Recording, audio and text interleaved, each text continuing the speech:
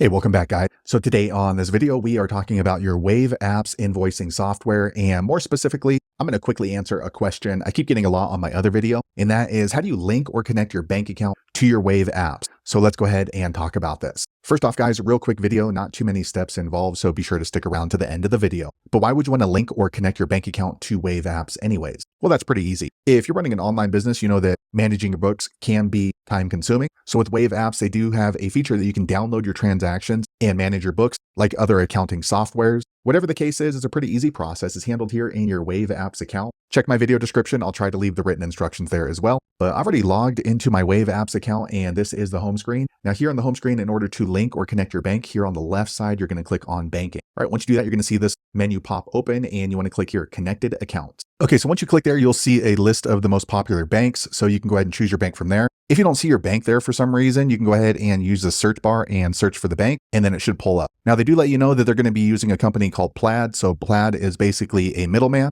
So they're going to share the information from your bank to Plaid over to Wave apps. So you will need to log into your bank account in order to connect it to Wave apps. So for me, I bank with Chase. Let me go ahead and click on here. Okay, once you click there, it lets you know, once again, you will need to log into your Chase in order to connect it to your Wave apps. Now, depending on what bank you bank with, the process is going to be similar, although it might have a little slight variation. So let me go ahead and continue to log in. Okay, next Chase opens up a browser for me to go ahead and log in. So I'm going to go ahead and enter my username and password. Okay, for some reason, Chase was down, so I'm going to go ahead and just use my Wells Fargo account. So Wells Fargo is going to send me a text message to make sure that it's me that's trying to connect my bank to my Wave app. So I'm going to go ahead and request a text message. Okay, they just sent me a code, so I'm going to go ahead and enter that in here. Okay, next, Wells Fargo is asking which accounts and which information I want to share with Wave apps. So go ahead and check the boxes for the information you want to share and then click on continue. Okay, next, Wells Fargo lets me know the information I'm going to be sharing with Wave apps. So read through this, and then if you agree to it, click right here on this check mark and then click on connect.